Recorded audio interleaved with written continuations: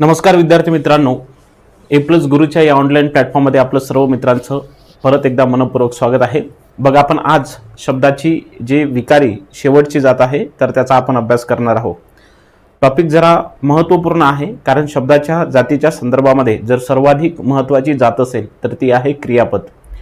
क्रियापद म्हणजे नेमकं काय, त्याचे गुणधर्म काय आहे, त्याचे प्रकार काय आहे आणि वाक्यामध्ये नेमकं त्याचा उपयोग कसा होतो, हे सर्वच्या सर्व बाब आपण आजच्या या तासिकेमध्ये शिकून घेणार आहोत। एका लेक्चरमध्ये होणार नाही, कमीत कमी आपण या क्रियापदाचे 2 लेक्चर आपण करणार आहोत। प्रामुख्याने जे काही अलीकडे ज्या काही शब्दाच्या जाती झालेल्या आहेत, नाम सर्वनाम विशेषण, तर हे व्यवस्थित पद्धतीने अभ्यासून घ्या आणि त्यानंतरच तुम्हाला क्रियापद ही शब्दाची शेवटची जी काही विकारी जात आहे तर ते अभ्यासायला यायचं आहे।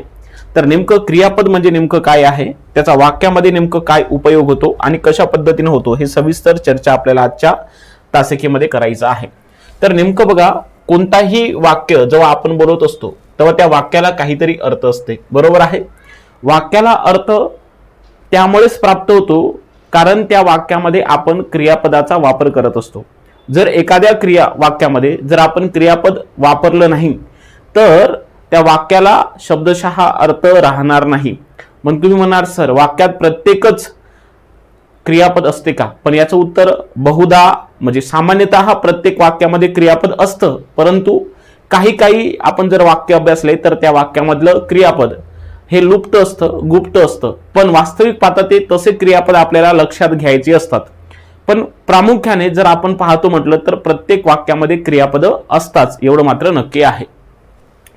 तर बघू, आपण क्रियापदाला सुरुवात करू। आपली ही शब्दाची शेवटची विकारी जात आहे क्रियापद। बघा, लक्षात ठेवा, आता यामध्ये 2 शब्द लपलेले आहे। पहिला आहे ते म्हणजे क्रिया आणि दुसरा आहे ते म्हणजे पद।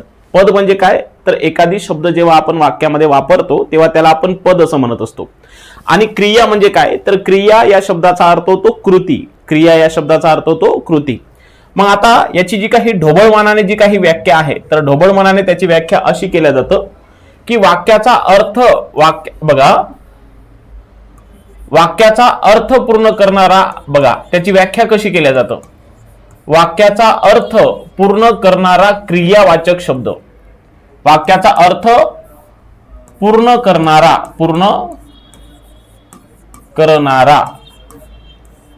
क्रियावाचक शब्द। कसा?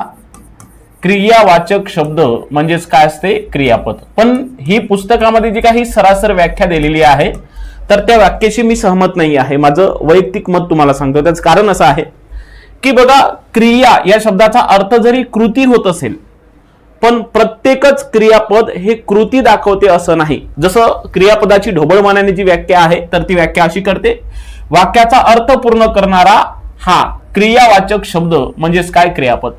तुम्ही क्रियापदाची व्याख्या जर तुम्ही अशी केली, वाक्याचा अर्थ पूर्ण करणारा शब्द, ते सफिशियंट आहे। त्याचं कारण असं आहे की काही क्रियापद हे कृती दाखवतात, अर्थात क्रिया दाखवतात, तर काही क्रियापद हे कृती म्हणजे क्रिया दाखवत नाही। मी तुम्हाला दोनही याचा व्यवस्थित पद्धतीने अभ्यास करून दाखवतो। बघा, जर मी म्हटलं तुम्हाला, बघा मी धावतो, बघा मी काय म्हणतो, मी धावतो। मग या वाक्यामध्ये बघा, इथं धावतो हे क्रियापद आहे कारण त्यांनी वाक्याचा अर्थ पूर्ण केलेला आहे।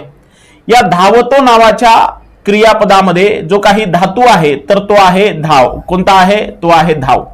म्हणजे इथं कृती दाखवत आहे क्रियापद। क्रियापद काय दाखवत आहे? कृती दाखवत आहे। पण प्रत्येकच क्रियापद हे कृती दाखवते असं नाही। समजा मी जर म्हटलं मी झालो, बघा मी झालो, मग आता इथं बघा, इथं या वाक्यामध्ये झालो हे क्रियापद आहे, पण झालो हे क्रियापद कोणत्याही पद्धतीचं कृती दाखवत नाही। किंवा मी जर एखादी असं म्हटलं मी आहे, काय म्हटलं, मी आहे, मग मी आहे म्हटल्याच्या नंतर आहे या शब्दावरून किंवा क्रियापदावरून कोणतीही कृती व्यक्त होत नाही। मग आपण त्या क्रियापदाची व्याख्या आपण अशी कशी काय करू शकतो की वाक्याचा अर्थ पूर्ण करणारा क्रियावाचक शब्द म्हणजे क्रियापद असा करू शकत नाही। कारण काही क्रियापद हे काय दाखवतात, कृती तर दाखवतात, पण काही क्रियापद जे आहे, झालो आहे, हे काय दाखवतात, तर हे स्थिती सुद्धा दाखवत असतात। काय दाखवत असतात? स्थिती सुद्धा दाखवते। म्हणून क्रियापदाचा आपण शब्दशः अर्थ किंवा त्याची व्याख्या जर करतो म्हटलं तर केवळ ती व्याकरणिक दृष्ट्या प्रमाण भाषेनुसार योग्य हीच असायला पाहिजे की वाक्याचा अर्थ पूर्ण करणारा शब्द म्हणजेच काय होय, क्रियापद होय. समजलं? आता बघा, या क्रियापदाला संस्कृत मध्ये वेगळं नाव आहे. क्रियापदाला संस्कृत मध्ये आख्यात असं म्हटलं जातं. काय म्हटलं जातं? आख्यात. आणि क्रियापद एखाद्या वाक्यामध्ये मुख्य असतं. कारण का बरं? कारण तो वाक्याचा अर्थ पूर्ण करते. तेवढा मोठा महत्वाचा शब्द आहे. म्हणून वाक्यातील सर्वात महत्वाचा शब्द हा क्रियापद असतो, म्हणून त्याला मुख्य पद असंही म्हटलं जातं. तर राहिलेल्या शब्दांना आपण उपपद असं म्हणत असतो. राहिलेल्या शब्दांना आपण काय म्हणत असतो? उपपद असं म्हणत असतो. म्हणजे तुम्हाला इथं दोन गोष्टी क्लिअर झाला की क्रियापदा संस्कृतमध्ये आख्यात असं नाव आहे आणि वाक्य पृथक्करणामध्ये त्याला तर मूळ विधेय म्हणतात. ते आपण वाक्य पृथक्करणामध्ये शिकणार आहोत, पण इथं थोडं हे लक्षात ठेवणे अपेक्षित आहे. तर वाक्यातलं ते मुख्य पद असते त्याला संस्कृतमध्ये काय म्हणतात? आख्यात. आणि क्रियापद म्हणजे काय? तर वाक्याचा अर्थ पूर्ण करणारा शब्द म्हणजेच काय असतो? क्रियापद असतो. काही क्रियापद हे कृती दाखवतात, तर काही जे क्रियापद आहेत तर काय दाखवतात? ती स्थिती सुद्धा दाखवत असतात. That is right. यस, एवढं तुम्हाला क्रियापदाच्या बाबतीमध्ये समजलं पाहिजे. आता मी क्रियापदाच्या बाबतीमध्ये मी तुम्हाला सांगतो बघा काही महत्वपूर्ण माहिती. ती माहिती तुम्हाला पेपरमध्ये विचारल्या जाण्याची दाट शक्यता आहे. कसं बघा, आता प्रत्येकच वाक्यामध्ये जे काही क्रियापद आहे ते असतेच असं नाही. प्रत्येक वाक्यात आहे का नाही क्रियापद असतेच असं नाही. मी तुम्हाला काही असे सुद्धा वाक्य दाखवतो का या वाक्यामध्ये जे काही क्रियापद आहे तर आलेले नसेल. आणि त्याचबरोबर हे जे काही क्रियापद आहे तर क्रियापदाची जागा प्रामुख्याने किंवा सामान्यतः हे शेवटी असते. म्हणजे एखाद्या वाक्याच्या शेवटी क्रियापद येत असते. परंतु क्रियापदाचं स्थान हे नेहमी शेवटीच असते असं नाही. क्रियापद हे कोणत्याही स्थानी येऊ शकते. मी तुम्हाला ते उदाहरण सुद्धा दाखवतो बघा. प्रत्येक वाक्यामध्ये क्रियापद असतेच असं नाही. काही वाक्यामध्ये क्रियापद हे लुप्त असू शकते. मी ते उदाहरण दाखवतो बघा. समजा मी जर म्हटलं तुम्हाला बघा असावा सुंदर, किंवा असं म्हणतो मी बागेत जातो. मी बागेत जातो. मग आता या वाक्यामध्ये बघा जातो या शब्दाने अर्थ पूर्ण केला म्हणून जातो हे वाक्यातलं क्रियापद वाक्याच्या शेवटी आलेलं आहे. आणि सामान्यतः क्रियापद हे वाक्याच्या पुढे येतात, शेवटीच येतात. पण आता बघा मी जर तुम्हाला म्हटलं असावा सुंदर चॉकलेटचा बंगला. बघा असावा सुंदर चॉकलेटचा बंगला, बरोबर आहे, चॉकलेटचा बंगला. आता इथं बघा, इथं वाक्याच्या शेवटी बंगला हे आलं म्हणून त्या वाक्यातलं क्रियापद ते म्हणणार का? नाही. या वाक्यामध्ये क्रियापद आहे असावा. पहिल्या वाक्यामध्ये होतं जातो. जातो हे क्रियापद वाक्याच्या शेवटी आलेलं होतं आणि खालच्या वाक्यामध्ये क्रियापद हे पहिल्या क्रमांकावर आलं. आता मी जर म्हटलं आम्ही जातो आमच्या गावा. बघा आम्ही जातो आमच्या गावा. आम्ही जातो आमच्या गावा. आता असं म्हटलं मी, बरोबर. मग तुम्ही मला सांगा या वाक्यातलं क्रियापद काय गावा आहे का? नाही. या वाक्यातलं क्रियापद आहे जातो. आम्ही आमच्या गावा जातो असा वाक्याचा अर्थ पूर्ण होतो. म्हणजे क्रियापद हे सामान्यतः वाक्याच्या जरी शेवटी येत असेल पण प्रत्येक वेळेसच क्रियापद वाक्याच्या शेवटीच येते असं नाही. कधी सुरुवातीला येते तर कधी आधीमध्ये कुठेही त्याचे स्थान हे निश्चित नसते, पण सामान्यतः हे वाक्याच्या शेवटी असते. आता महत्वाचा मुद्दा असा आहे प्रत्येक वाक्यामध्ये क्रियापद असतेच असं नाही. जर मी तुम्हाला म्हटलं की नाही म्हणी असेल, हाय का नाही, त्यानंतर सुविचार असेल, म्हणी आणि सुविचार असेल तर याच्यामधले जे काही क्रियापद आहे तर याच्यामधले क्रियापद हे लुप्त असतात. काय असतात? लुप्त. लुप्तचा अर्थ होतो अदृश्य. लुप्तचा अर्थ काय होतो? अदृश्य, किंवा त्याला तुम्ही गुप्त असंही म्हणू शकता. लुप्त, गुप्त, अदृश्य. कसं? काहीच टेन्शन घेऊ नका, समजून सांगतो बघा. मी जर म्हटलं बघा शीतावरून भाताची परीक्षा. आता ही म्हण आहे की नाही तुम्ही सांगा. बघा शीतावरून भाताची परीक्षा. शीतावरून भाताची परीक्षा. मग आता इथं बघा या वाक्यामध्ये क्रियापद आलेलं नाही. मग हे क्रियापद, तुम्ही म्हणणार सर या वाक्यात क्रियापदच नाही का? तर तसं नाही. पर्यायामध्ये प्रश्न परीक्षेत कसा असतो? शीतावरून भाताची परीक्षा या वाक्यातील क्रियापद कोणते? मग तुम्हाला दिल्या जातील शीतावरून, भाताची परीक्षा आणि होते. तर याच्यामध्ये जे काही क्रियापद आहे तर ते कसं आहे? तर ते क्रियापद आहे लुप्त. म्हणजे ते क्रियापद तुम्हाला शोधावं लागते. जे क्रियापद या वाक्याचा अर्थ पूर्ण करणार आहे ते त्या वाक्यातील लपलेलं क्रियापद आहे. शीतावरून भाताची परीक्षा होते, हाय का नाही? तर इथं या वाक्यामध्ये जे काही क्रियापद आहे तर ते कोणतं आहे? तर होते हे क्रियापद आहे. लक्षात आलं तुम्हाला? मग मी जर तुम्हाला म्हटलं थेंबे थेंबे तळे साचे, बघा थेंबे थेंबे तळे साचे, मग या वाक्यातील क्रियापद कोणतं आहे? तर एक तर साचे म्हणा किंवा साचत असते म्हणा. बरोबर आहे, साचत असते. तर अशा पद्धतीनं हे क्रियापदाचं वैशिष्ट्य तुम्ही सांगू शकता. लक्षात राहील तुम्हाला?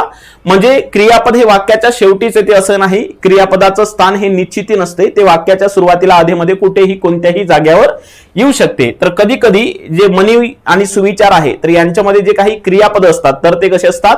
लपलेले असतात. हे दोन मुद्दे तुमचं व्यवस्थित पद्धतीनं समजलेले असेल.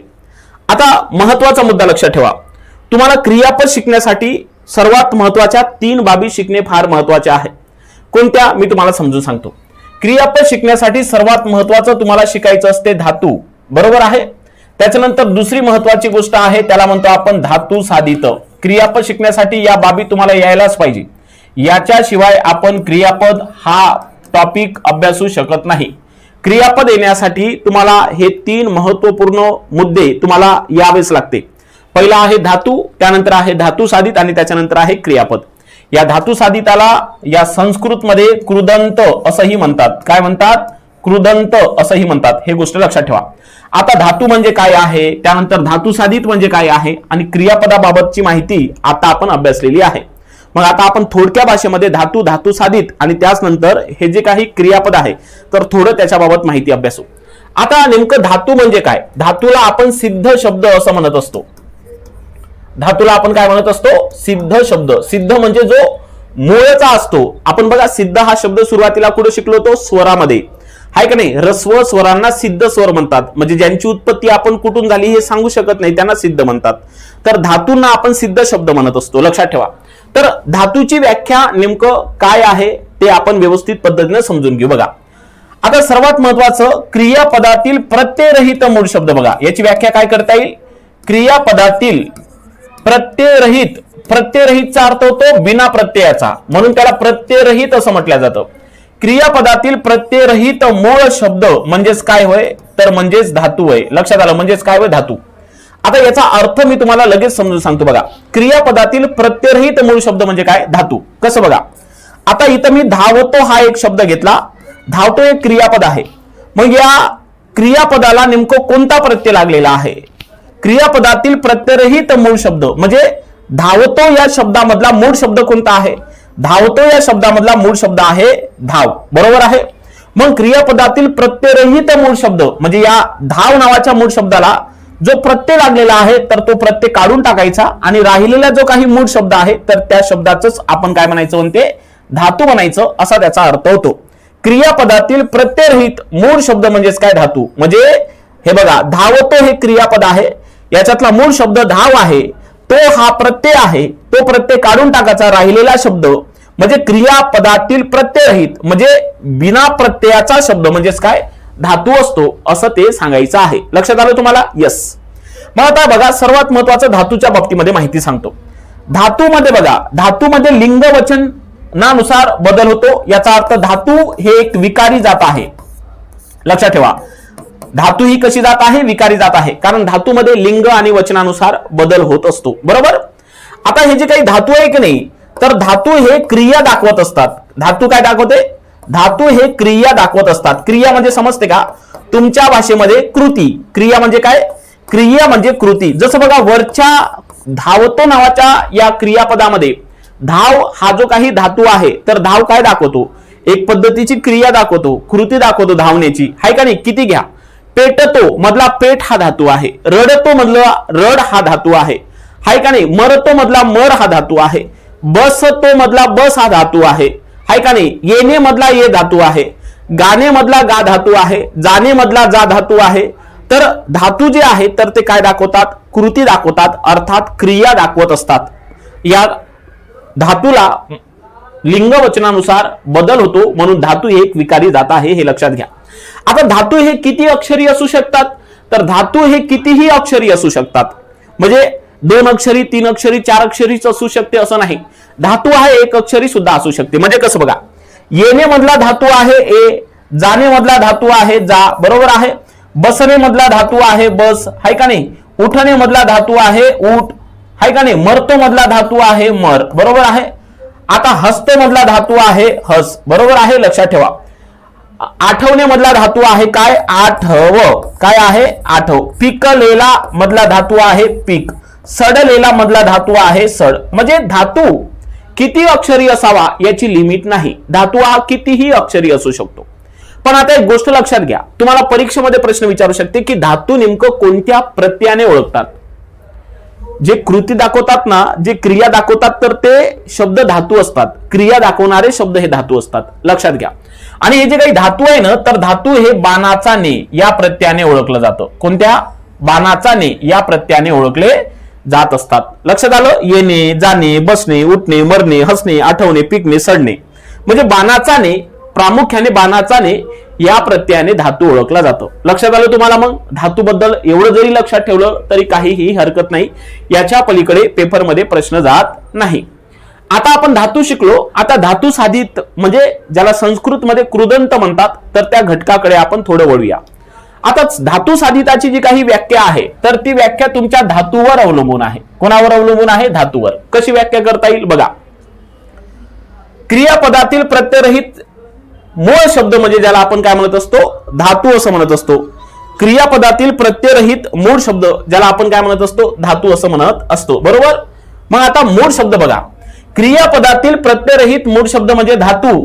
क्रियापदातील प्रत्ययरहित मूळ शब्द म्हणजे धातू. पण जर क्रियापदाला म्हणजे मूळ धातूला प्रत्यय जर लागला, बघा त्याची व्याख्या. मूळ धातूला प्रत्यय लागून, मूळ धातूला प्रत्यय लागून वाक्याचा अर्थ म्हणजे अपूर्ण ठेवणं, म्हणजे क्रिया अपूर्ण किंवा वाक्याचा अर्थ हा अपूर्ण ठेवणाऱ्या शब्दाला आपण काय म्हणायचं आहे? धातू साधित किंवा त्याला कृदंत म्हणायचं. टेन्शन घ्यायचं नाही, मी तुम्हाला या व्याख्येचा अर्थ समजून सांगतो. क्रियापदातील प्रत्ययरहित मूळ शब्द म्हणजे धातू. आणि त्या धातूला जर प्रत्यय लागला, म्हणजे मूळ धातूला प्रत्यय लागून जर वाक्याचा अर्थ पूर्ण करत नसेल, म्हणजे वाक्याचा अर्थ कसा असेल? अपूर्ण असेल, तर त्या शब्दाला आपण धातू साधित अर्थात कृदंत म्हणायचं असते. म्हणजे कसं बघा. आता इथं धावतो मधला धाव हा धातू होता. समजा या धातूला बघा मी आता, म्हणजे बघा या धातूला समजा मी एखादी प्रत्यय लावला नारा. धातूला हा प्रत्यय लावला नारा. शब्द काय तयार होणार आहे? शब्द तयार होणार आहे धावणारा, बरोबर.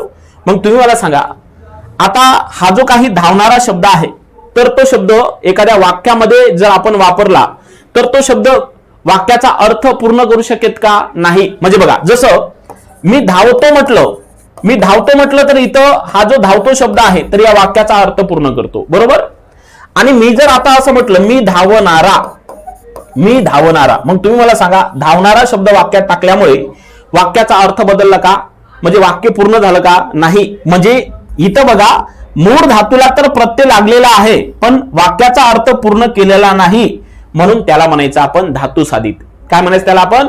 धातू साधित. म्हणजे एखाद्या मूळ धातूला जर एखादी प्रत्यय लावला आणि जर वाक्याचा अर्थ पूर्ण केला नसेल, तर त्याला आपण काय म्हणायचं? धातू साधित, अर्थात त्याला आपण कृदंत असं म्हणत असतो. That is clear? यस. ह्या दोन बाबी तुम्हाला लक्षात आलेल्या असेल. आता जाऊ आपण क्रियापदाकडे. आणि हे क्रियापद आपण आत्ता 2 मिनिटं आधी त्याची माहिती दिली. क्रियापदाला माहितीये का? संस्कृतमध्ये आत्ताच बोललो होतो तुम्हाला मी, आख्यात असं म्हटलं जातं. आणि ते वाक्यातलं मुख्य असते, म्हणून त्याला आपण मुख्य पद असंही सुद्धा म्हणत असतो, बरोबर. मग आता क्रियापदाची व्याख्या काय होते? तर वाक्याचा अर्थ पूर्ण करणारा शब्द. बघा, वाक्याचा अर्थ पूर्ण करणारा जो काही शब्द असतो त्याला आपण काय म्हणत असतो? क्रियापद. म्हणजे कसं बघा, आता बघा, आता धाव हा धातू घेतला होता आपण. आता समजा याला जर समजा तो प्रत्यय लावला, तर शब्द काय तयार होतो? शब्द तयार होतो धावतो. आणि धावतो हा शब्द वाक्याचा अर्थ पूर्ण करू शकतो, म्हणून त्याला क्रियापद म्हणायचं. जसं बघा, एक वाक्य तयार करतो, मी धावतो, म्हणजे इथं धावतो हा शब्द वाक्याचा अर्थ पूर्ण करतो, म्हणून याला आपण क्रियापद म्हणायचं. म्हणजे इथून तुम्हाला मला असं सांगायचं आहे की क्रियापद शिकण्यासाठी धातू साधित या 2 महत्वपूर्ण शब्दाची आपल्याला गरज भासली होती. ती गरज तुम्हाला इथं दाखवलेली आहे आणि हे व्यवस्थित पद्धतीनं तुम्हाला समजलेलं असेल. असं मला वाटतं. समजलं का एकदा मला सांगा, म्हणजे आता मला क्रियापदाच्या मुख्य आपल्या प्रकाराकडे जाता येणार आहे. लक्षात आलं तुम्हाला? यस. तर हे धातू, धातुसाधित आणि क्रियापद यांची थोडक्यात माहिती होती. हे व्यवस्थित पद्धतीने लक्षात ठेवा. आता आपण जे काही धातू शिकलेलो आहे बघा, आपण जे काही धातू शिकलेलो आहे, धातू म्हणजे काय तर क्रियापदातील प्रत्ययरहित मूळ शब्द म्हणजे धातू. बरोबर आहे? धातू हा क्रिया दाखवतो, तो विकारी आहे. बरोबर आहे की नाही? बघा आता हे जे काही धातू आहे ना, तर हे धातू जे आहे तर हे धातू काही अकर्मक असू शकतात. काही धातू कसे अकर्मक असू शकतात आणि काही जे काही धातू आहे तर ते कशी असू शकतात सकर्मक असू शकतात.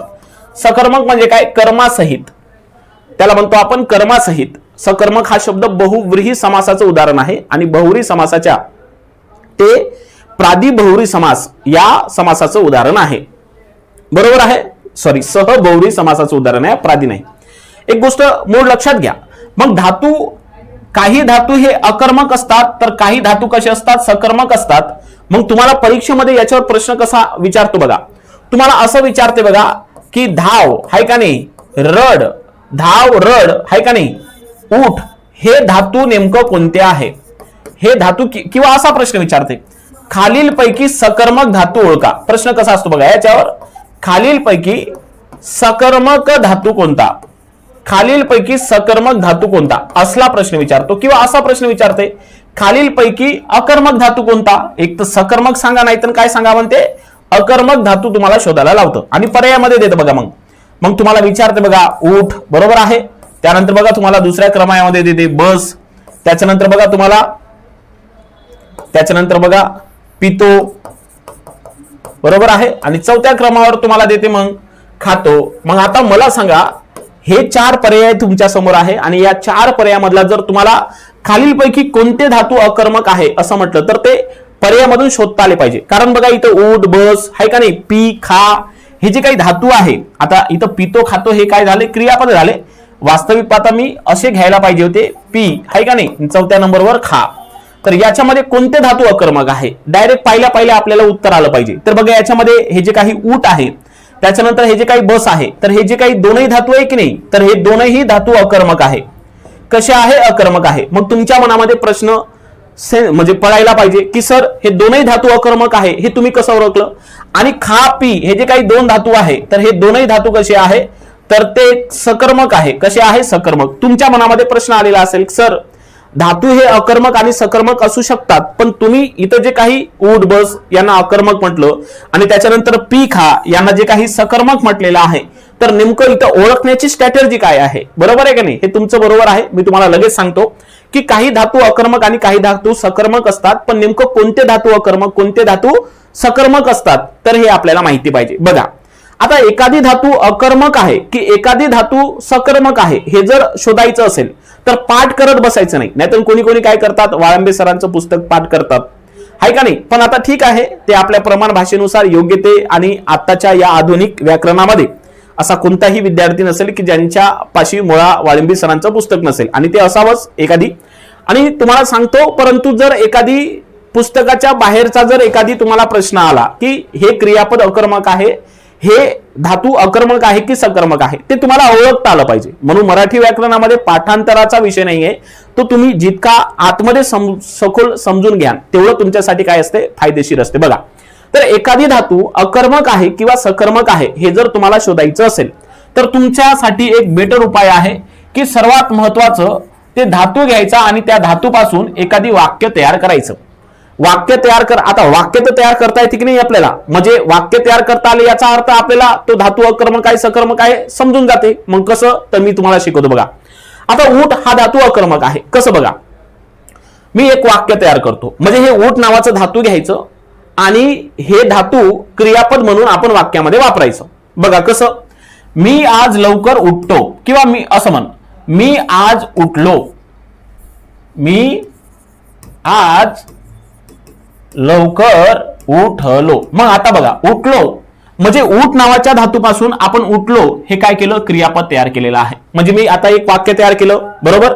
मग तुम्ही मला सांगा, मी आज लवकर उठलो या वाक्यामध्ये कर्ता कोण आहे, तर या वाक्यामध्ये कर्ता उठणारा आहे मी. तुम्हाला मी कर्ता कर्म शिकवलेले नाही, पण काहीच टेन्शन घेऊ नका, मी तुम्हाला हे व्यवस्थित आजच्या तासिकेमध्ये व्यवस्थित समजून सांगतो बघा. तर या वाक्यामधला जो कर्ता आहे तर तो आहे मी, बरोबर. आता या वाक्यामध्ये कर्म आलं का? कारण उठण्याची क्रिया माझ्यावरच झाली, म्हणजे या वाक्यामध्ये कर्म आलेलं नाही. मग आता मला सांगा, मी आज लवकर उठलो, उठलो या क्रियापदामध्ये वाक्यात कितीही म्हणजे उठलो या धातूपासून कितीही वाक्य जरी तयार केले तर त्या वाक्यामध्ये कर्म येऊ शकतच नाही. कर्म येऊ शकतच नाही. तुम्ही एक वाक्य तयार केलं ना आणि या वाक्यात कर्म नाही ना, म्हणून तुम्ही डायरेक्ट म्हणायचं हे जे काही उठलो क्रियापद आहे किंवा उठलो या क्रियापदामध्ये जो काही उड धातू आहे तर तो कसा आहे, तर तो अकर्मक धातू आहे. कसा आहे? अकर्मक. जसं बघा, आता हा बस आहे, तुम्ही असं म्हणू शकता मी खांबावर बसलो. बघा, मी किंवा असं म्हणा, मी खुर्चीवर बसलो, मी खुर्चीवर बसलो. आता मला काय ओळखायचं होतं, बस हा धातू अकर्मक आहे की सकर्मक आहे हे ओळखायचं होतं. त्याच्यासाठी मी काय केलं, त्याच्यासाठी मी या बस नावाच्या धातूपासून एक क्रियापद तयार केलं आणि त्याच्यापासून वाक्य तयार केलं. मग आता बघा, मी खुर्चीवर बसलो, बसणारा कोण होय? बसणारा मी, म्हणजे याला काय म्हणतात? सब्जेक्ट. मीन्स काय? कर्ता. बसण्याची क्रिया कोणावर झाली? माझ्यावर. म्हणजे या वाक्यात कर्त्यापासून निघालेली क्रिया कर्त्यापाशी थांबत आहे. थोडक्यामध्ये या वाक्यात कर्म आलेलं नाही. मग आता ज्या वाक्यात कर्म नाही म्हणून बघा याला म्हणतात अकर्मक वाक्य. म्हणून हे जे काही बस आहे धातू, तर हे कसा धातू आहे? अकर्मक धातू आहे. लक्षात आलं? हे अशा पद्धतीने ओळखायचं असते, म्हणजे पाठ करण्याची तुम्हाला गरज कुठेही राहत नाही, बरोबर. आता पी किंवा खा हे जे काही धातू आहे तर ते कसे आहे? सकर्मक आहे. कसं बघा, मी तुम्हाला सांगतो. जसं आपण इकडल्या बाजूनं हे अकर्मक ठरवलं, सेम पद्धत ते तिकडे लागू करायची. बघा, आता बघा, मी जर म्हटलं कसं, मी पाणी पितो. बघा, आता पी नावाचा धातू हा अकर्मक आहे की सकर्मक आहे हे जर ठरवायचं असेल तर तुम्ही काय करणार? पी नावाच्या धातूपासून क्रियापद तयार करणार आणि त्या क्रियापदापासून एक तयार वाक्य करणार. बघा, मी पाणी पितो, मी पाणी पितो. बघा, आता इथं तुम्ही प्रश्न करा, पिणारा कोण होय? मी, म्हणजे वाक्याचा कोण होय? कर्ता. बरं, पिण्याची क्रिया कोणावर झाली? पाण्यावर, म्हणजे वाक्यात कर्म आहे. म्हणजे बघा, वाक्यात कर्म आलं की नाही, म्हणून पितो या शब्दामधला जो काही पी धातू आहे तर तो सकर्मक असते. तर अशी ओळखण्याची ती सर्वात महत्वाची स्ट्रॅटेजी आहे. नाहीतर काय करतंय, मुलं पाठ करत असतात, हाय का नाही, आठव, उठ, बस, रड हे अकर्मक धातू आहे, पण पाठ करण्याची गरज नाही मित्रांनो. खरं खाता मराठी व्याकरण तेच आहे, ज्या विद्यार्थ्यांनाच अवघड जात असते, जे विद्यार्थी पाठांतर करतात आणि पाठांतर करणारा विद्यार्थी त्यांना पुन्हा पुन्हा पाठ करावंच लागतं. पाठ केलं नाही तर तो विसरून जातो. पण जर तुम्ही एकदा डाऊटफुली आणि जर कन्फ्यूज जर कोणत्याही पद्धतीने झाले नाही तर तुम्हाला तो विषय कायमस्वरूपी स्मरणात राहतो, एवढं मात्र नक्की आहे. आता बघा, खातो, खातो हे सुद्धा सकर्मक आहे. बघा, मग तुम्ही करा. आता मी आंबा खातो म्हणा, मी आंबा खातो. मग आता इथं खाणारा कोण आहे? मी, म्हणजे हा वाक्याचा काय झाला? कर्ता. खाण्याची क्रिया कोणावर झाली? आंब्यावर, आहे का नाही, म्हणजे वाक्यात कर्म आलं ना, म्हणून खा हे जे काही धातू आहे तर तो कसा आहे? सकर्मक आहे. समजलं तुम्हाला? म्हणजे कोणता धातू सकर्मक, कोणता धातू अकर्मक जर शोधायचं असेल तर तो धातू घ्यायचा, त्या धातूपासून क्रियापद तयार करायचं आणि त्या क्रियापदाला वाक्यात या पद्धतीनं वापरून बघायचं. आणि जर वाक्यामध्ये जर कर्म आलेलं असेल तर त्याला सकर्मक धातू म्हणा, आणि कर्म आलं नसेल तर बिंदास त्याला काय म्हणायचं? तर त्याला आपण अकर्मक धातू म्हणायचं. तर समजलं? मग काही धातू अकर्मक असतात आणि काही धातू काय असतात? सकर्मक असतात. या दोन गोष्टी तुम्हाला व्यवस्थित पद्धतीने समजलेल्या असेल तर इथं जे काही क्रियापद नावाचं टॉपिक आहे की नाही, तर इथं त्याची बेसिक माहिती जी आहे तर ते इथं संपून जाते. आता सर्वात महत्वाचा मुद्दा असा आहे, सर्वात महत्वाचा मुद्दा असा आहे कसा, की क्रियापद हे शिकण्यासाठी तुम्हाला सर्वात महत्वाचं कर्ता आणि कर्म कसं ओळखतात. बघा, कर्ता आणि कर्म नेमकं ओळखतात कसं, तर हे बाब तुम्हाला माहिती पाहिजे. त्याचं कारण असं आहे, कारण कर्ता कर्म ओळखता आलं नाही तर तुम्हाला क्रियापदाचे जे काही मुख्यतः दोन प्रकार पडतात, ज्यामध्ये सकर्म क्रियापद आणि अकर्मक क्रियापद असेल तर हे आपल्याला व्यवस्थित पद्धतीने समजणार नाही. तर आपण या 15 ते 20 मिनिटांमध्ये राहिलेल्या आपण वाक्यातील कर्ता आणि नेमकं कर्म कसं शोधायचं तर हे मी तुम्हाला व्यवस्थित पद्धतीने शिकवतो. बघा, बरेच विद्यार्थी आहेत ज्यांना सब्जेक्ट ऑब्जेक्ट म्हणजे कर्ता कर्म अजूनही ओळखता येत नाही. एखादी साधी वाक्य दिले ना तर त्याच्यात ते ओळखू शकतात, पण एखादी 5 किलोमीटरचं वाक्य किंवा 10 किलोमीटरचं वाक्य दिलं तर त्याच्यातील कर्ता ओळखू शकत नाही. म्हणून कर्ता आणि कर्म ओळखणे हे काळाची फार गरज आहे. कर्ता कर्म तुम्हाला ओळखता आलं की तुम्हाला प्रयोग हा जो काही घटक आहे तर काही सेकंदामध्ये ओळखता येतो, कारण प्रयोग हा पूर्णतः कर्ता कर्म याच्यावरच अवलंबून आहे. आणि सेकंदात प्रयोगाचे उत्तर देण्यासाठी कर्ता कर्म वाक्यातील तुम्हाला ओळखता येत असेल तर तुम्हाला सांगतो त्याचं उत्तर प्रयोगाचं 2 सेकंदाच्या आतमध्येच येते. मग आता नेमकं कर्ता आणि कर्म नेमकं काय भानगड आहे तर हे व्यवस्थित पद्धतीनं समजून घे. बघा, मी इकडल्या बाजूला कर्त्याबद्दल माहिती लिहितो आणि तिकडल्या बाजूला कर्माबद्दल माहिती लिहितो आणि सर्व कर्त्याची कर्माची गुणधर्म वैशिष्ट्ये हे सर्वच्या सर्व आपण आजच्या तासिकेमध्ये अभ्यासूयात. बघा, पहिले कर्ता घेऊ, त्यानंतर कर्म. आता कर्ता हा जो काही शब्द आहे बघा, तर कर्ता हा शब्द नेमकं कसा तयार झाला बघा. तर कर्ता हा शब्द कृ नावाच्या संस्कृत धातूपासून तयार झालेला आहे. कुठून तयार झालेला आहे कर्ता हा शब्द? कृ नावाच्या संस्कृत धातूपासून. पण तुम्हाला याच्यावर प्रश्न विचारते परीक्षेमध्ये की कर्ता या शब्दामधील मूळ धातू कोणता आहे. मग जर तुमच्या पर्यायामध्ये जेव्हा कृ हा जेव्हा धातू नसतो आणि बहुतांश परीक्षेमध्ये कृ हे धातू दाखवत नाही, मग तुम्ही म्हणणार सर तुम्ही आत्ताच बोलत आहे की कर्ता या शब्दामधला मूळ धातू कृ आहे, कारण कर्ता हा शब्द कृ नावाच्या धातूपासून तयार झाला आणि तो पर्यायामध्ये नसेल तर मग उत्तर काय द्यावं. तर कृ धातूचं रूप हे मराठी भाषेमध्ये अनेक आहे. कसं बघा, कृ धातूचं रूप मी तुम्हाला सांगतो. कृ धातूचं रूप कर आहे का नाही, कार, त्यानंतर करी, हे सर्वच्या सर्व कृ धातूची रूपे आहे. म्हणजे तुम्हाला वास्तविक मला असं सांगायचं आहे की कर्ता या शब्दातला मूळ धातू जरी कृ असेल आणि हे पर्यायामध्ये नसेल तर पर्यायामध्ये तुम्हाला कर, कार, करी यासारखं दाखवलंय तर तुम्हाला कर, कार, करी असे हे कर्ता नावाच्या शब्दातील मूळ धातू सांगता येतात. एक तर पर्यायामध्ये कर असेल तर ते उत्तर द्या, कार असेल तर ते उत्तर द्या, करी असेल तर ते उत्तर द्या. आता नेमकं कर्ता म्हणजे काय किंवा कृ म्हणजे काय, तर कृचा अर्थ किंवा कर्त्याचा अर्थ होतो क्रिया करणारा. काय? क्रिया करणारा, बरोबर आहे की नाही. म्हणजे क्रिया करणारा जो कोणी घटक असतो त्याला आपण कर्ता म्हणत असतो, बरोबर आहे, लक्षात ठेवा. मग आता नेमकं सर्वात महत्वाचं हे जे काही कर्ता आहे, तर कर्ता म्हणजे काय, तर कर्ताचा अर्थ होतो क्रिया करणारा. कर्ता म्हणजे काय, तर कर्ता म्हणजे क्रिया करणारा. म्हणजे कसं मी तुम्हाला समजून सांगतो. बघा, समजा मी एक वाक्य लिहिलं इथं बघा, रतन आंबा खातो. बघा, रतन आंबा खातो. मग आता नेमकं या वाक्यात क्रिया कोण करत आहे, तर क्रिया करणारा आहे रतन, म्हणून याला म्हणायचं वाक्याचा कर्ता. मग तुम्ही म्हणाल सर क्रिया करणारा घटक जरी कर्ता असेल पण नेमकं ओळखायचं कसं का, यातच वाक्यातील क्रिया केलेली आहे. तर आता मी समजून सांगतो तुम्हाला हे कर्ता ओळखण्याच्या काही महत्वाच्या खुणा. बघा, कर्ता कसा ओळखायचा बघा, प्रामुख्याने लक्षात ठेवायचं. कर्ता ओळखण्यासाठी सर्वात महत्वाचे जे काही स्टेप सांगतो ते फॉलो करा. पहिले वाक्यातील क्रियापद ओळखायचं, हे आपलं पहिला महत्वाचा मुद्दा असेल. त्याच्यानंतर या क्रियापदामधील आपण काय करायचा, मूळ धातू शोधायचा. आता धातू म्हणजे काय तर मी तुम्हाला याच्या पूर्वी शिकवलेलं आहे, बरोबर. त्याच्यानंतर या धातूला म्हणजे या मूळ धातूला आपण प्रत्यय लावायचे. कोणते, तर प्रत्यय कसे लावायचे, नारा किंवा नारी किंवा नारा, नारी, नारे असे प्रत्यय लावायचे, बरोबर. आणि प्रश्न करायचा कोण यांनी. बघा, प्रश्न कशा करायची, कोणनी करायचा. किंवा जर कोणचं उत्तर आलेलं नाही तर प्रश्न करायचा तुम्ही काय या सर्वनामानी.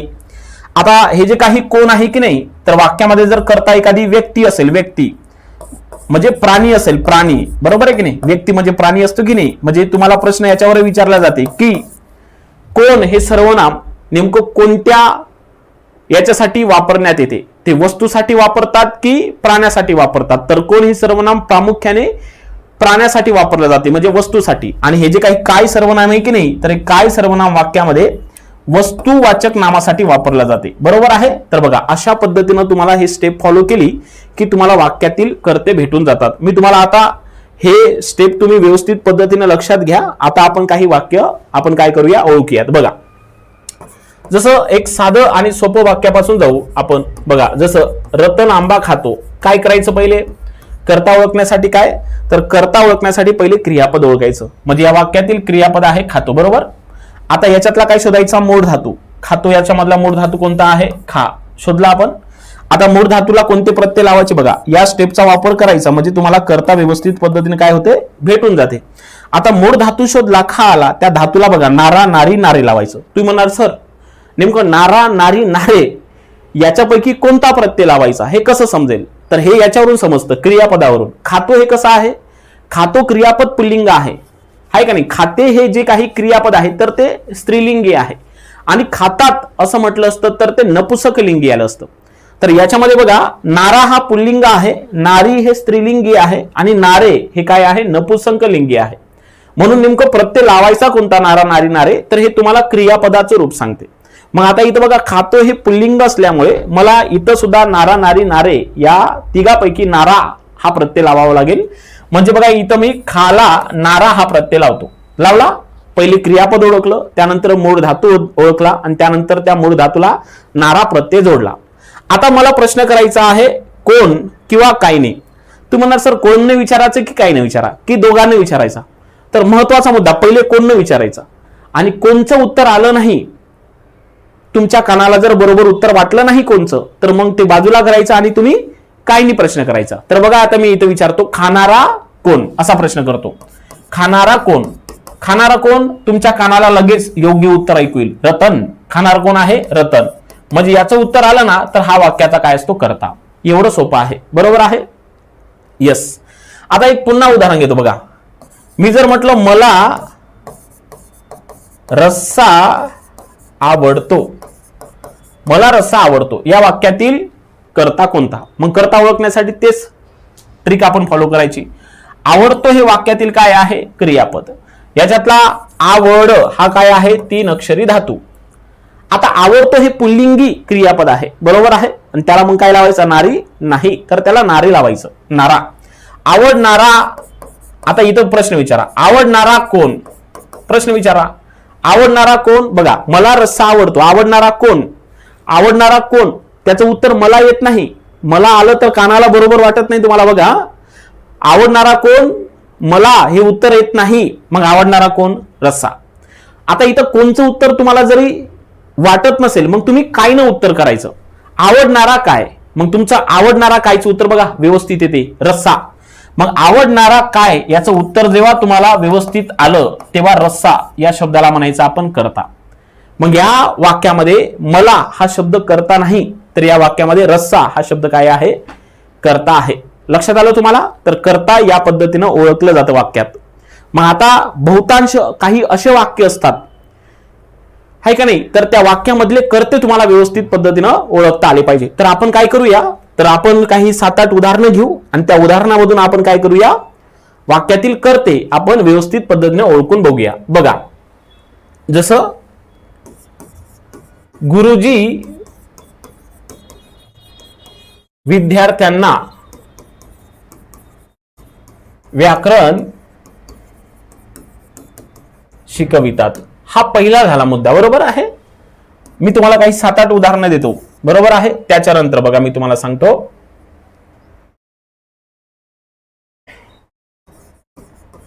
दरवाजा लाव, बरोबर आहे. त्याच्यानंतर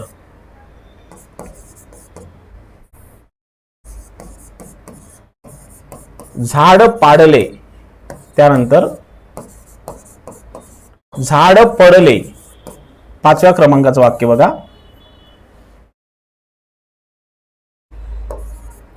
नळे फुंकिले सोनारे, नळे फुंकिले सोनारे. सर्व प्रकारचे वाक्य दाखवतो जेणेकरून तुम्हाला कुठेही काही कन्फ्यूज गेलं पाहिजे, झालं पाहिजे नाही, बरोबर आहे.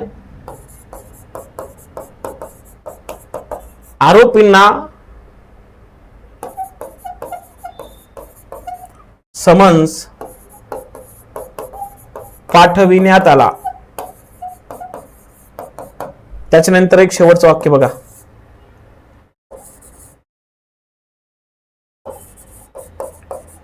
कात्रज जवळ जाताना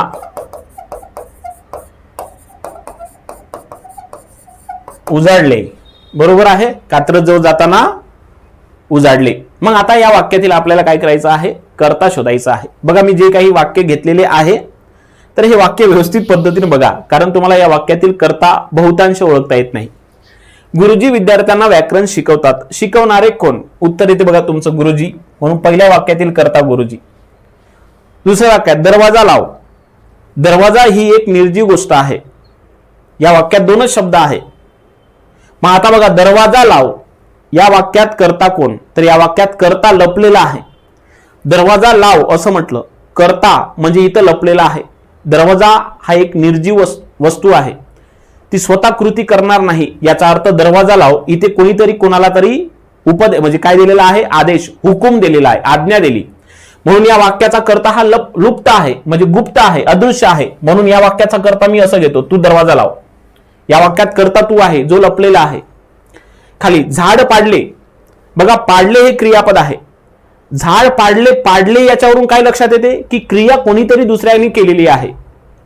बरोबर. झाड पाडले, पाडले या क्रियापदावरून काय लक्षात येते की क्रिया दुसऱ्याकडून झाली. म्हणजे इथं झाड पाडले याचा अर्थ ते कोणाकडून तरी पाडल्या गेले. तर मी असं म्हणतो रामकडून झाड पाडल्या गेले. आता इथं रामच करता असेल असं नाही, पण कोणता तो, ती, ते किंवा इतर कोणतेही नाम असू शकते, पण इथं करता लपलेला आहे. इथं बघा झाड पडले, आता इथं पडणारे झाड आहे म्हणून या वाक्याचा जो काही करता आहे तर तो आहे झाड. लक्षात आलं. पाडले आणि पडले. आता पडले ही ऑटोमॅटिक कृती होऊ शकते, पण पाडले म्हटल्याच्या नंतर ते घटना कोणाकडून दुसरीकडून तरी झालेली आहे. पुढे नळे फुंकिले सोनारे या वाक्यातील कर्ता कोण आहे? फुंकिले. फुंकणारा कोण होय? सोनार. फुंकणारा कोण होय? सोनार. म्हणून या वाक्याचा कर्ता बघा सोनार. फुंकिले हे क्रियापद आहे. आरोपीला समन्स पाठवण्यात आला. आता समन्स एक निर्जीव वस्तू आहे, कागद आहे का नाही? मग कागद हवेने उडून जात असते का? नाही. म्हणजे इथं बघा हे आरोपींना समन्स पाठवण्यात आला, ऍक्च्युली हे कर्मणी प्रयोगाचं उदाहरण आहे. मग या वाक्यामध्ये बघा, या वाक्यामध्ये जे काही कर्ता आहे तर तो लपलेला आहे, कारण समन्स हे आरोपीपर्यंत फुकट गेलेले नाही उडत. मग याच्यामध्ये पोलिसाकडून क्रिया होतं, म्हणजे इथून वाक्याचे जे काही कर्ते आहे तर ते आहे पोलीस. बरोबर आहे. यस. पुढे बघा कात्रळ जवळ जाताना उजाडले. आता हे भावकर्तृक क्रियापदाचं उदाहरण आहे. या उदाहरणामध्ये जे काही क्रियापद असते तर या क्रियापदामध्येच कर्त्याचा भाव लपलेला असतो. म्हणून या वाक्यामधले जे काही कर्ता आहे तर उजाडले, नेमकं काय उजाडते तर दिवस उजाडते, म्हणून इथं बघा दिवस या वाक्याचा कर्ता आहे. लक्षात आलं. तर बाकी वाक्याचा कर्ता हे तुम्हाला अशा पद्धतीने ओळखायचा असतो, हे मात्र लक्षात घ्या.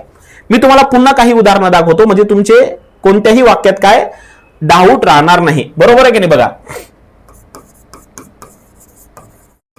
तो मुलगा काळा आहे.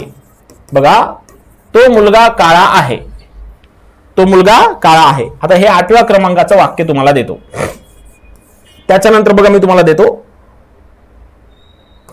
त्वा काय कर्म करीजे लघु लेकराने. त्वा काय कर्म करीजे लघु लेकराने.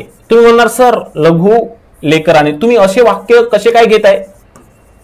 लेकराने मी याच्यासाठी घेतोय कारण जे डिफिकल्ट आहे मराठी तेच शिकवण्याचा माझा उद्देश असतो, कारण बेसिक सर्वांना येतं आणि ते बेसिक सुद्धा मी घेतो सुरुवातीला. बघा आता हे वाक्य तुम्हाला दिले आणि त्याच्यानंतर बघा मी तुम्हाला सांगतो, मुले मैदानावर किंवा क्रीडांगणावर असं घेऊ शुद्ध, मुले क्रीडांगणावर खेळू लागली. खेळू लागली. मग आता या वाक्यामधलं आपल्याला क्रियापद म्हणजे कर्ते ओळखायची. बघा तो मुलगा काळा आहे. आता आहे या शब्दामधला जो काही धातू आहे, बघा मी तुम्हाला अजून थोडं क्लिअर करतो इथे. आता बघा कसं असते, झाले असेल हाय का नाही, झाले किंवा गेला असेल. बरोबर आहे. किंवा आहे असेल. बघा आता हे जे काही झाले हाय का नाही, गेला आणि आहे, आहेचा धातू अस आपण सांगू शकतो. वास्तविक पाहता त्याच्यातील धातू आपण सांगू शकत नाही, डोळ्याने दिसत नाही, पण मुद्दामून जर सांगायचाच असेल तर तो अस आपण आपल्या गरजेपुरता घेऊ शकतो. गेला याचा जो काही सामान्यतः धातू आहे तर तो क्रियापदामध्ये नाही, पण आपण आपल्या सोयीसाठी त्याचा जो काही धातू आहे तर तो जा असं घेत असतो. आणि झाले याचा जो काही धातू आहे तर त्याचा धातू आपण प्रामुख्याने हो असं घेत असतो. हे लक्षात ठेवा, कारण हे जे क्रियापद आहे ना तर हे गौण क्रियापद आहे, याचे धातू निश्चित सांगता येत नाही, पण आपण आपल्या सोयीनुसार हे त्यांचे धातू घेऊ शकतो. लक्षात आलं ना? हे लक्षात ठेवा.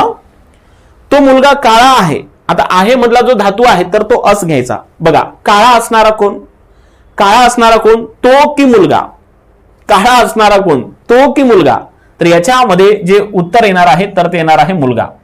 मग तुम्ही म्हणाल सर काळा असणारा तो मुलगा नाही का? नाही, तो हा शब्द या मुलगा या नामाबद्दल माहिती देते आहे, म्हणून तो हे ऍक्च्युली जर आपल्या व्याकरणामध्ये कोणतं कार्य करते म्हटलं तर ते उद्देश विस्ताराचं कार्य करते, म्हणजे मुलाबद्दल माहिती देते तो मुलगा. पण इथं करता हा मुलगाच आहे हे लक्षात ठेवा. पुढे तो काय कर्म करीजे लघु लेकराने. करीजे हे वाक्यातील क्रियापद आहे. करणारा कोण? त्वा. त्वा हा संस्कृत आहे पण मराठीमध्ये त्याला तो म्हणतात, म्हणून या वाक्यातील कर्ता त्वा आहे. पुढे मुले क्रीडांगणावर खेळू लागली. आता बघा खेळू लागली हे ऍक्च्युली संयुक्त क्रियापदाचं वाक्य आहे, कारण हे धातू साधित आहे आणि हे सहाय्यक क्रियापद आहे. बघा लक्षात ठेवा, हे काय आहे? सहाय्यक क्रियापद आहे आणि हे काय आहे? धातू साधित.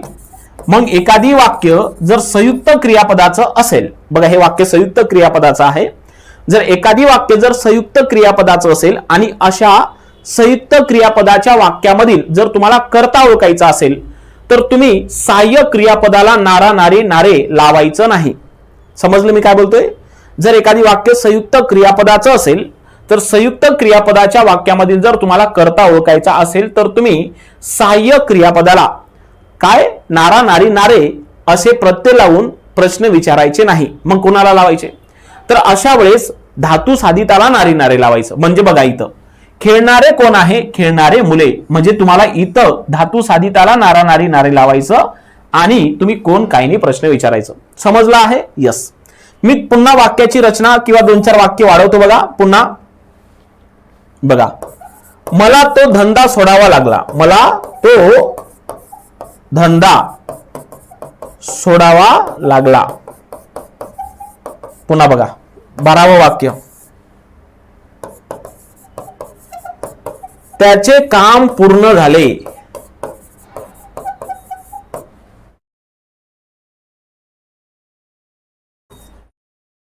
पुढे बघा,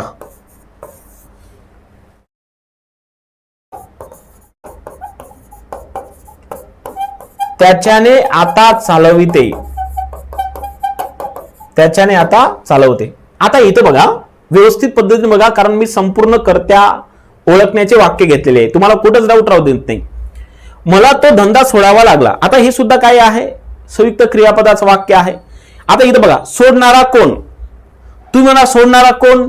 तर याचं उत्तर आहे मला. याचं उत्तर काय आहे? मला. बघा, कारण क्रिया मी केली ना, क्रिया मी केली म्हणून या वाक्याचा कर्ता मला आहे.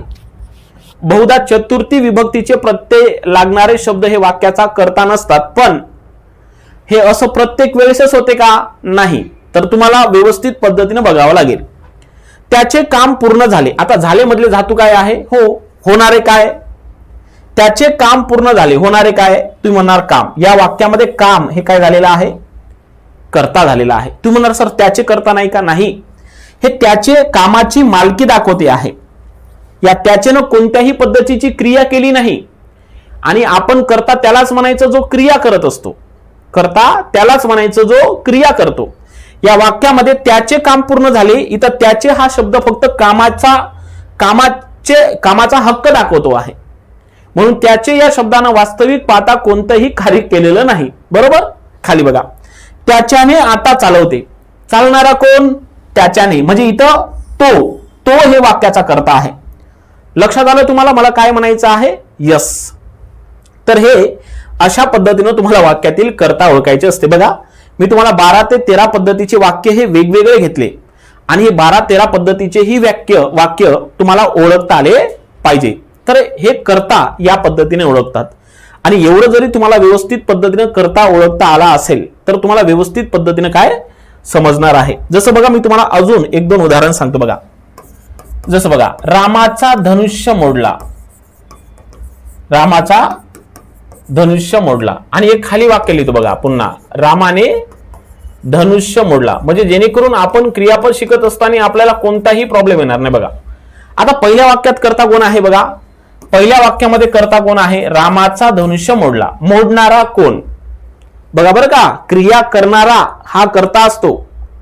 मग ज्यानं क्रिया केलीच नाही तो वाक्यातील कर्ता कसा काय असू शकतो? आहे का नाही? पहिल्या वाक्यात रामाचा धनुष्य मोडला. मोडणारा कोण?